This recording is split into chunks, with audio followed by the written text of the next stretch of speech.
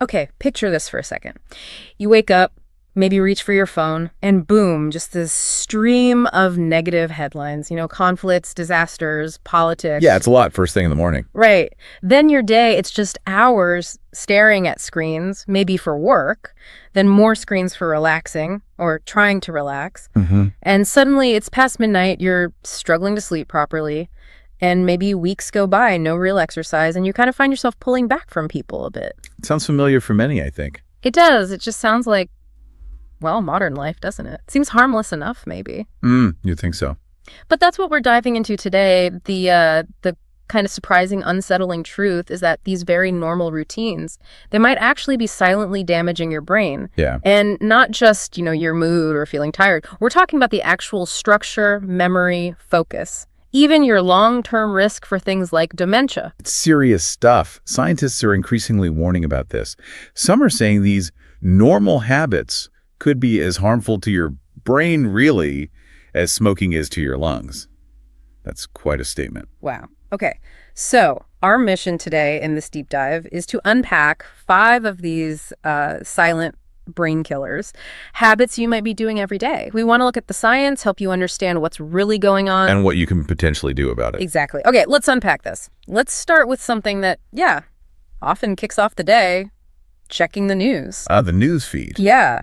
Our sources are saying news outlets, social media, they kind of thrive on fear. Like nearly 90% of headlines are negative. It's just a constant flood. It is. And what's fascinating, neurologically speaking, is that your brain doesn't really distinguish that well between bad news about something far away and like an immediate danger to you. So it reacts the same way? Pretty much. Yeah. Your amygdala, that's your brain's fear center, it just lights up and it releases stress hormones, cortisol mainly. Now, if that happens day after day, your brain actually starts to rewire itself. It gets stuck in this state of hypervigilance, constant low-level anxiety. And that has real long-term effects, right? The sources mention shrinking the hippocampus. Yes, precisely. The hippocampus is vital for memory. So chronic stress literally shrinks it. Plus, it weakens your immune system. And it mentions something about becoming addicted to negativity, like junk food. It's a similar mechanism, yeah. Your brain can get hooked on that cortisol cycle. It's why people who binge on bad news often feel, paranoid, hopeless, anxious all the time. Their brain thinks it's in a war zone. Essentially, yes. Yeah. A war zone that isn't physically around them, but it feels real to the brain. And the numbers are pretty chilling. Chronic exposure can increase depression risk by over 200%. That's huge. It's significant. It really is mental poisoning, just disguised as staying informed. Makes you think, doesn't it, how something so simple could affect your brain physically. It really does. Okay, so from negative news, let's talk about screens, another big one. Oh, yeah. A very big one. Our sources call them engineered traps, not just tools. What's happening there? Well, think about it. Every app, every notification, every video that starts playing automatically, it's all designed very carefully. How so? To hijack your dopamine system. That's your brain's reward chemical. Scientists sometimes call screen addiction digital cocaine because it activates the exact same pathways as addictive drugs. Digital cocaine. Wow. Yeah. And think about how often people check their phones. Research suggests for many it's over 100 times a day, often without even thinking about it. That's a lot. And it's not just behavioral, right? There are physical effects too, like sleep. Absolutely. The blue light from screens is a major issue. It suppresses melatonin production. Melatonin is the hormone that tells your brain it's time to sleep. So screen time, especially at night, just wrecks your natural sleep cycle. And the endless scrolling, what does that do? That trains your brain to want constant, instant gratification, little dopamine hits one after another. But the downside is it destroys your ability to focus deeply on anything. Your attention span just evaporates. Yeah, I read that. Shocking fact. The average attention span dropped from 12 seconds in 2000 to just 8 seconds now. Less than a goldfish. It's true. It's a dramatic decline and has real consequences for learning, work, everything. But it gets even worse structurally. MRI scans showing reduced gray matter. Yes. In the prefrontal cortex specifically. Heavy screen users can show reduced density there. And the prefrontal cortex is important. It's incredibly important. It's like your brain's CEO. It handles decision-making, impulse control, planning, empathy, complex human traits. So a reduced gray matter there means? In plain language, it means too much screen time might literally be eroding the part of your brain that governs rational thought and, Well, makes you human in many ways. That's quite sobering when Yeah. you feel that pull for just one more scroll, knowing that is happening. Okay, so we've covered news, screens. Now let's talk about sleep, or rather the lack of it. You mentioned screens disrupt sleep, but what happens when we consistently don't get enough? The sources say it's like setting fire to your brain. That sounds intense. It is intense, and it's a surprisingly accurate metaphor. See, when you sleep, your brain isn't just off. It's actually really busy. Doing what? Cleaning. It activates something called the glymphatic system. Think of it like a waste disposal crew for your brain. Okay, a cleaning crew. I like that. It flushes out toxic proteins and metabolic waste that build up during the day. Crucially, this includes beta amyloid. Beta amyloid, that's linked to Alzheimer's, right? Directly linked, yes. Yeah. So without enough deep sleep, that cleaning process just doesn't happen effectively. These toxins build up night after night, and they can silently damage your neurons over time. And the effects aren't just long-term, are they? Even one bad night has consequences. Oh, absolutely. Just one night of poor sleep can slash your ability to form new memories by up to 40%. 40% from one night. Yes. Plus, it impairs your decision-making, makes you more emotionally reactive, and actually increases cravings for junk food. Ah, so that's why I want donuts when I'm tired. Could be. And that cycle contributes to obesity and diabetes, which are themselves risk factors for dementia. It's all connected. And there was a study mentioned about consistent lack of sleep. Yes, a really significant one. People who consistently get less than 6 hours of sleep a night, they have double the risk of developing Alzheimer's disease later in life. Double the risk. Wow. So, when people brag about being a night owl and only needing a few hours? They might want to rethink that. It's not a badge of honor. You're not just losing sleep. You could be actively sacrificing years of good cognitive health. It really makes you question our modern schedules, right? How much are we unknowingly risking? It's a critical question we should all be asking. Okay, let's shift gears a bit. Let's talk about physical activity, or the lack of it. Most people think, exercises for the body, muscles, heart health. Right, that's the common view. But the sources highlight something huge. Your brain is actually one of the biggest beneficiaries of moving your body. How does that work? It's fascinating, really. When you exercise, your body releases a protein called BDNF, brain-derived neurotrophic factor. ADNF. Okay. Think of it like Miracle-Gro for your brain cells. It's essentially a growth hormone for neurons. It helps strengthen the connections between them, improves memory, and even helps create new neurons, especially in the hippocampus. So exercise literally helps grow your brain. In a very real sense, yes, it promotes neurogenesis and neuroplasticity. And the flip side, what happens if we're mostly sedentary? Well, the opposite, unfortunately. Without regular physical activity, your brain can literally start to atrophy in certain areas. It can shrink.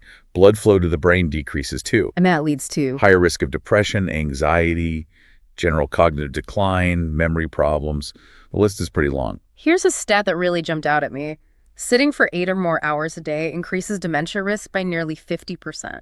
It's a stark statistic. Makes you think about desk jobs, doesn't it? Definitely. That your job could be sort of slowly suffocating your brain. It sounds dramatic, but the data seems to point that way. But there's a positive side too. Exercise is incredibly powerful. Studies have shown that regular exercise can be as effective as antidepressant medication for reducing symptoms of depression. As effective as medication, that's amazing. It highlights the profound mind-body connection. So even if you have a desk job, finding ways to move throughout the day isn't just nice to have, it's crucial for your brain. What does this mean for a daily routine then?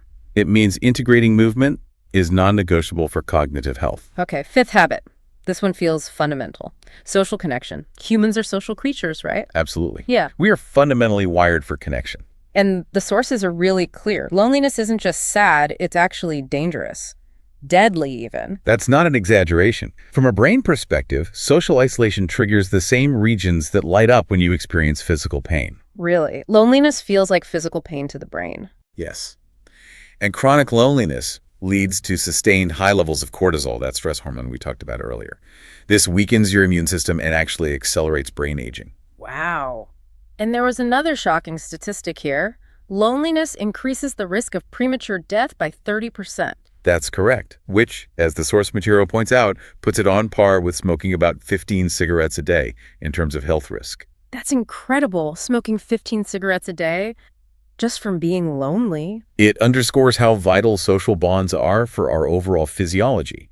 But here's maybe the most disturbing part, neurologically. Go on. People experiencing long-term isolation show actual measurable brain shrinkage, specifically in areas linked to memory and learning, like the hippocampus again. Brain shrinkage from loneliness. That's why solitary confinement is considered psychological torture. It causes real harm to the brain structure and function. But it's not about having hundreds of friends, is it? The sources clarify that.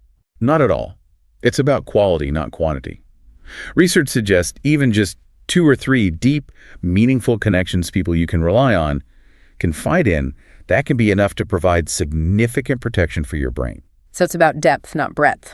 Exactly. But actively cutting yourself off, choosing isolation, that's one of the fastest ways to damage both your mental and your physical health.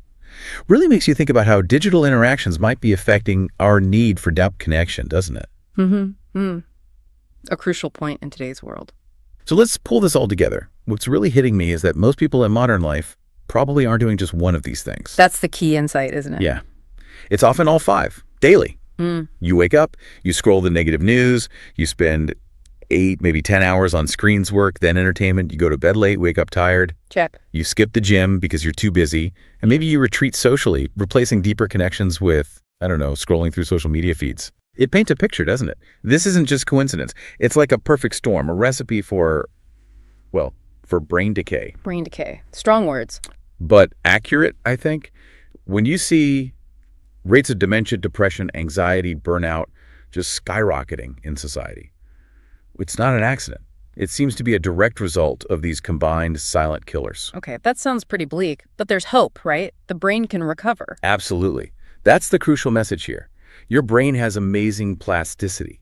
That means it can heal, it can adapt, it can rewire itself if you make changes. It's not set in stone. Okay, so what changes? What are the practical steps people can take based on what we've discussed? Right, let's get practical. For news, limit your intake, maybe 10-15 minutes a day max, and consciously try to balance it. Seek out positive or solution-focused stories too. Don't just consume the fear. Okay, limit and balance the news. What about screens? Practice the 20-20-20 rule. It's simple. Every 20 minutes you're looking at a screen, take a 20-second break to look at something 20 feet away. It helps reset your eyes and gives your brain a tiny pause. Maybe even schedule screen-free time each day or week. 20-20-20. Got it. And sleep. Prioritize it. Seriously, like your life depends on it because your cognitive health really does. Aim for 7 to 9 hours consistently. Protect your bedtime routine. Make your bedroom a sanctuary for sleep, not for screens. Treat sleep like it's sacred. Okay. Movement. Move daily. It doesn't have to be a marathon. Even 30 minutes of brisk walking makes a huge difference. Find something you enjoy and stick with it. Break up long periods of sitting, get up, stretch, walk around every hour if you can. Find ways to weave movement in. Good. And finally, connection. Nurture your connections. Make time for deep connection. Call a friend instead of just texting. Join a group, volunteer, spend quality, undistracted time with loved ones.